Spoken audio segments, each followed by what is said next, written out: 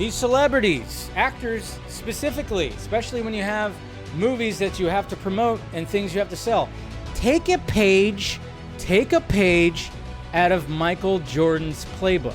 Do you remember his documentary that came out, The Last Dance, politics, and how Michael Jordan completely avoided talking about politics, and his answer to that was, Republicans also buy shoes.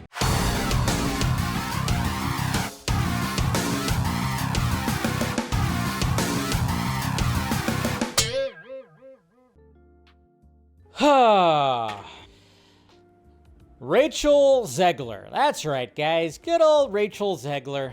Yep. You guys know I have a unique little relationship with Rachel Zegler, because if you guys remember last year, she called me out on Twitter. That's right. She called me out on Twitter when she was doing interviews for Shazam! Fury of the Gods. She mentioned it in an interview where she walked up to Adam Brody and said that she had the biggest crush on him when she was growing up. And I quote tweeted that quote, and I said, wow, way to make it awkward on set. And then she found it somehow and then quote tweeted and said, like, oh yeah, the fun police is here and blah, blah, blah. And then of course I got blown up by some, her followers and simpies out there that didn't like the fact that I said that. And I just thought, well, I mean, are you really going to walk up to somebody you had a crush on that you're working with and you're just going to say that? And I mean, I know it's different. It's different when a female does that to a male actor, but I just kind of was like, yeah, imagine if Adam Brody walked up to Helen Mirren and said, hey, I had the biggest crush on you growing up. He probably would get kicked off the movie. So she decided, now obviously with things that just happened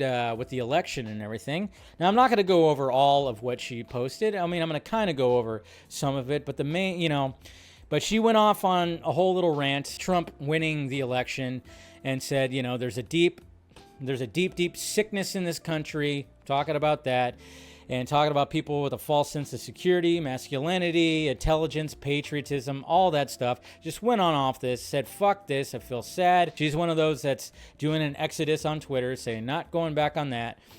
She's like, why are you on that? What the fuck are you doing? They're eating you up on Twitter, just saying all that stuff and telling everybody to get off all that. This is the main thing right here that a lot of people were passing around. I find myself speechless in the midst of this. Another 4 years of hatred leading us towards a world I do not want to live in, leading us towards a world that will be hard to raise my daughter in, leading us towards a world that will force her to have a baby she doesn't want to have.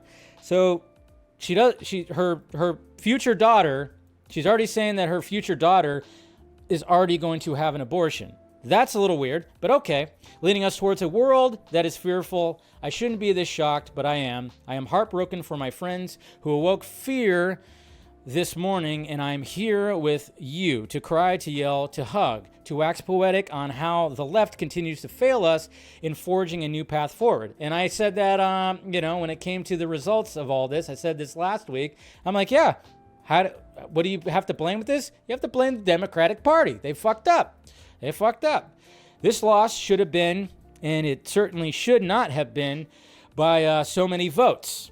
I echo Ethel Kane's statement more than anything. May Trump supporters and Trump voters and Trump himself never know peace. These celebrities, actors specifically, especially when you have movies that you have to promote and things you have to sell, take a page out of Michael Jordan's playbook. Do you remember his documentary that came out, The Last Dance, politics, and how Michael Jordan completely avoided talking about politics, and his answer to that was, Republicans also buy shoes. That's good words to go by. You can't just say that about the other half of the country. Well, in this case, it's more than half this time. It's more than half. If you have a Snow White movie, Disney, and you basically just alienated like a lot more than you probably should have. Probably shouldn't have done this. Probably should have maybe just relaxed a little bit and just been like, all right, well, here we go. This is a meltdown, and you better believe that her team is going, oh, Jesus. You better believe that her team is already going, oh, well, this is no good. And she's getting a bunch of backlash. This is all going viral. I'm not saying totally hold back, but I'm just saying realize that the other side, those are human beings too. And yes, there's extremes on the other side, sure, and they suck and they're over the top and they could be pretty horrible people, sure. But there's also the majority, I would say, the majority are not those people. You're lumping them all together. Don't do that. Whether you're on the right saying that about the left or the left saying that about the right, not everybody's lumped together. There is a huge chunk that is kind of in the middle that kind of just goes, what the fuck? We got an update. When it comes to my buddy, Rachel Zegler. So she apologized, naturally. There's her apology right here. Hi, everyone. I would like to sincerely apologize for the election post I shared on my Instagram last week. And apparently she shared it in between acts, between her, I guess, Romeo and Juliet performance, which is insane. I let my emotions get the best of me. Hatred and anger have caused us to move further and further away from peace and understanding, and I'm sorry I contributed to the negative discourse. Yeah, you wish that more than half the country would not have peace, and that's not the way to go by it. This week has been emotional for so many of us, but I firmly believe that everyone has the right to their opinion. Absolutely, I agree with that, even when it differs from my own. I'm committed to contributing positively toward a better tomorrow. Good, and you should be. You know, help out your side of the aisle to get back into it, because like I said, I think the main reason why Trump won by such a pretty landslide, it was because the Democratic Party really lost the message when it came to a lot of things. All right, she apologized, but at the same time, it's like, geez, the damage is so much done. I mean, the Snow White movie is probably going to tank. With everything, all the controversies that have been surrounding it and everything. But, you know, at least she said that. It's like, hey, but at the same time, it's like, you know, when it comes to celebrities, just, you can put your voice out there. Don't be afraid to put your voice out there. But when you actually say you wish that there's a lot of people, a big chunk of people, to not have peace, yeah, that's where it gets a little. You could say fuck Donald Trump by all means. Say that. There's nothing wrong with saying that. You don't like the guy, that's perfectly fine.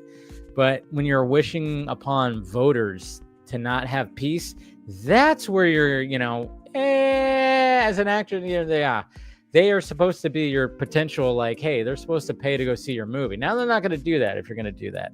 So again, just think about what Michael Jordan said. You know, you don't have to agree with their politics, but they're still going to be, you know, a customer essentially to what you're trying to sell. So don't alienate them. Just don't do that. And I think that's what the left really has to start realizing, media and all that stuff, that, hey, there are the other sides. And I get it. There's loud people on the right side that think that the left, you know, people on the left are just pure evil. It's the same thing. It's like, I would say to anybody who's very hard left or hard right, it's like, you got to realize there are majority of people are like in the middle. They're in the middle. A lot of us are just like in the middle, where we don't want to be told either side. And I don't like to take like a full-on side. I don't like the tribalism that a lot of this has caused. So